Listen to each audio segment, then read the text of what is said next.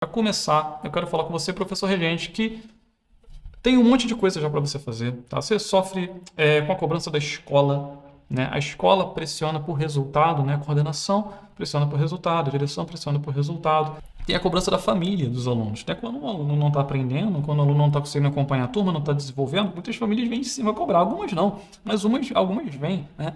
E isso também acontece quando você tem um aluno com deficiência na sua sala de aula. Às vezes pode ser aquela família que chega para cobrar mesmo o resultado, né? Então você tem a cobrança da escola, tem a cobrança da família. Já são dois tipos de cobrança que o professor regente sofre. E aí tem a cobrança, outro tipo de cobrança também, que não é externa, é a cobrança interna.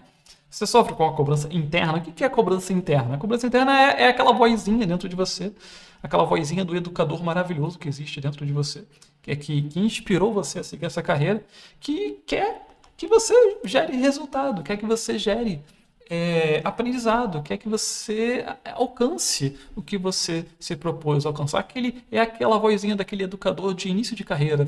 Me formei educador, vou fazer a diferença na educação. Aquela vozinha, assim, aquela sua cobrança pessoal de educador, né? Que pode essa vozinha pode ter aparecido há muitos e muitos anos atrás aí na sua carreira e ao longo do tempo com essa rotina toda, essa pressão toda, toda essa cobrança, essa vozinha daquele educador que acabou de se formar cheio de ideias, cheio de novidade, que quer fazer a mudança, quer fazer a diferença, ela vai ficando abafada com o quê? Com excesso de trabalho.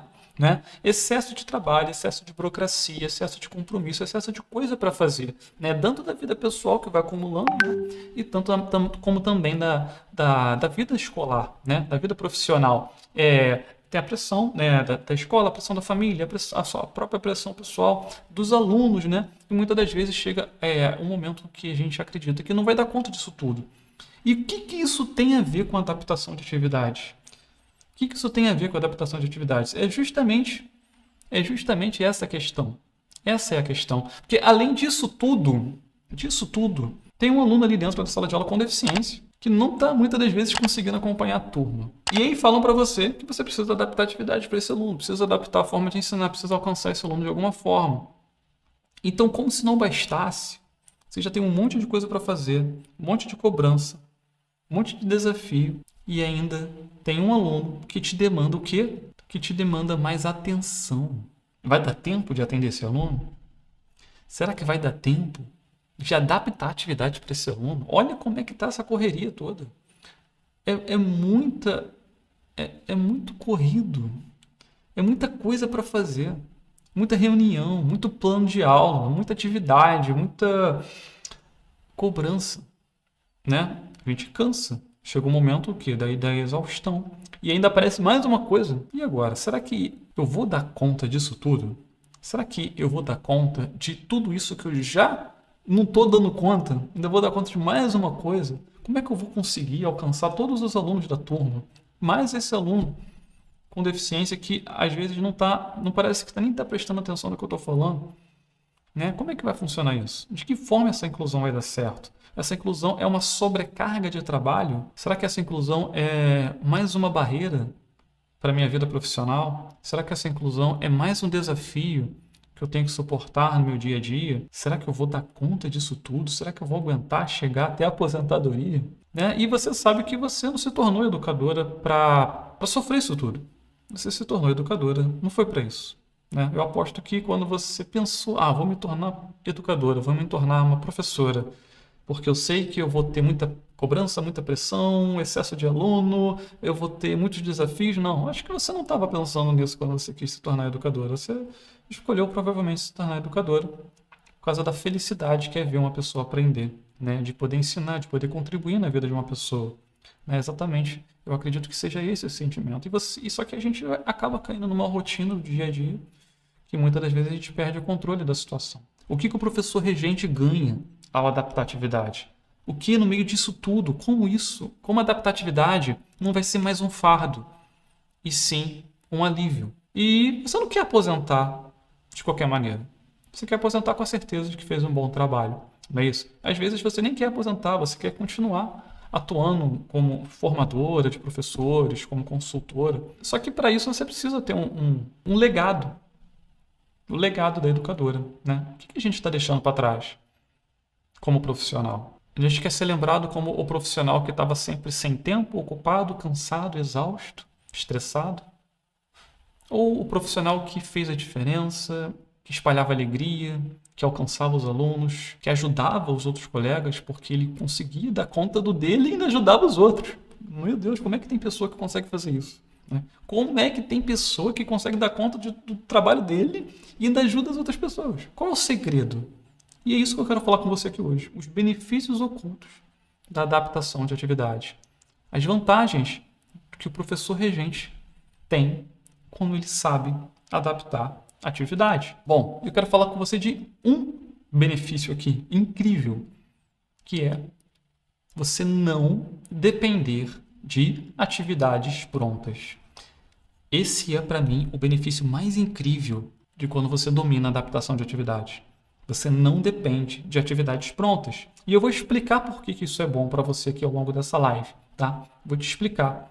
É muito interessante que a maioria dos educadores, quando tem alunos com deficiência na sala de aula, professores regentes, eles acreditam que eles não precisam dominar nem um pouquinho assim da adaptação de atividades, porque essa é uma função do atendimento educacional especializado. Muitos educadores pensam dessa forma, né? Só que quando você pensa dessa forma, você abre mão de um poder incrível, que é ter controle sobre o seu material pedagógico. Abrir mão de ter controle sobre o seu material pedagógico. Isso, aí você perde esse poder. Porque imagine, por um instante, como seria a sua vida se os materiais, as atividades, o material pedagógico que você usa, fossem todos concebidos por você. Imagine como seria a sua vida se você não depender de atividades prontas. O benefício de você não depender de atividade pronta, ou seja, você conseguir adaptar as suas próprias atividades. E quando eu falo adaptar atividade, quer dizer que você pode adaptar a atividade para o aluno com deficiência, você pode adaptar a atividade para a sua turma. Porque às vezes você quer ensinar uma coisa e a turma precisa aprender aquela coisa. E você não encontra recurso pedagógico para ensinar o que você precisa. Você já viveu isso? Leandro, a minha turma está precisando aprender tal tópico, mas eu não estou conseguindo alcançar eles. Eles não prestam atenção desse jeito. As atividades que eu levo não alcançam ele. E eu nem gosto das atividades que eu levo, para te falar a verdade. Eu encontro elas por aí, eu pego emprestado com algum colega e eu entrego aquele, porque eu não vou fazer o quê? Eu vou entregar o quê? Não tem.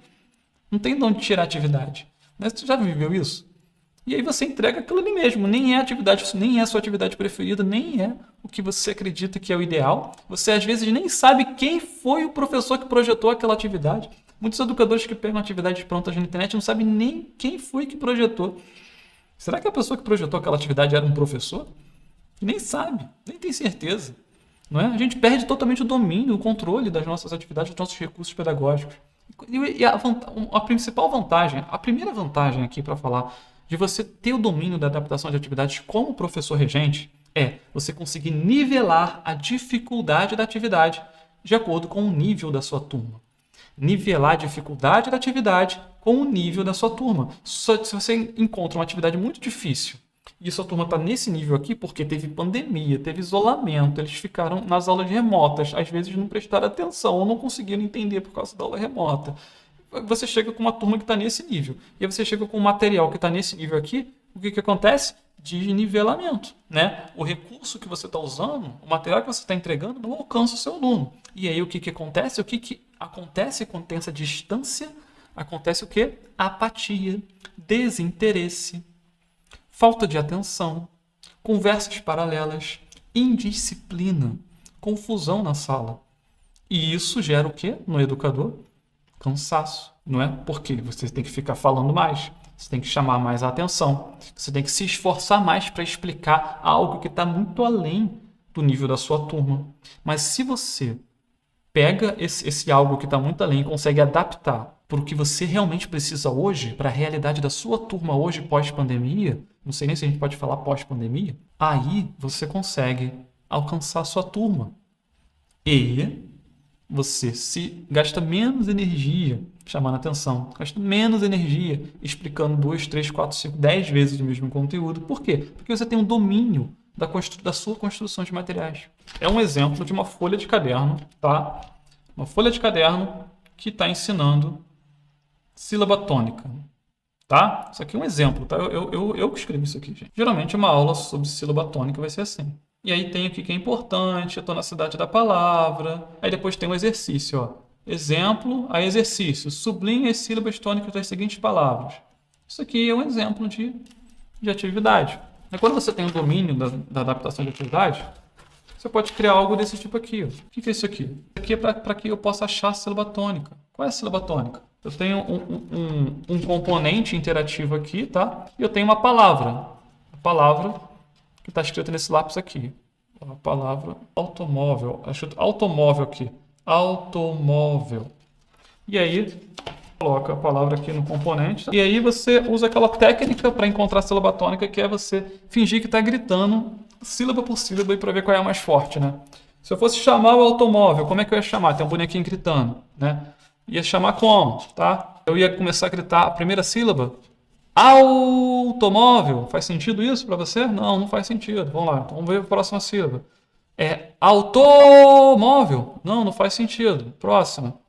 Essa aqui, ó, automóvel. É essa aqui, vamos pintar ela. Então, é o mó, tá? É automóvel. Não, é automóvel. Então, ele foi e pintou o quadradinho. Olha só, gente. Aí ele coloca na reguinha. A reguinha dele aqui, ó, ele casa aqui a reguinha, ó. E o quadradinho que ele pintou, que é esse aqui do meio, não está dando para ver a cor direita aqui, mas ó, aqui, é um móvel. Eu botei na régua e a régua me diz que é uma paroxítona. Olha só, é um exercício totalmente adaptado e interativo. E eu tenho várias outras palavrinhas aqui. Isso aqui é um exercício, entende?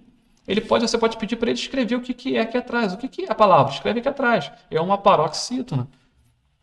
Foi adaptado. E quando você trabalha com um recurso desse, se isso aqui faz sentido para a sua turma, para o seu aluno com deficiência também, você pode usar. Às vezes pode não fazer sentido para a sua turma, por isso que é bom você ter opção. Mas aí você consegue nivelar a dificuldade da atividade de acordo com o nível dos seus alunos.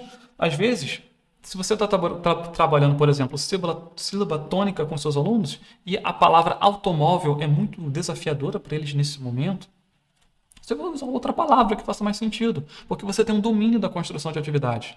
Quando você entrega uma atividade pronta, nem é você que escolhe as palavras que estão na atividade, percebe? Às vezes tem uma palavra lá na atividade que você nem usa. Seus alunos nem sabem o que significa. E está lá porque você não sabe tirar dali. Você está usando uma atividade pronta. E aí a atividade fica desnivelada. Isso é um exemplo, tá? Isso é um exemplo. Esse aqui é um exemplo de adaptação de atividade através de componentes interativos.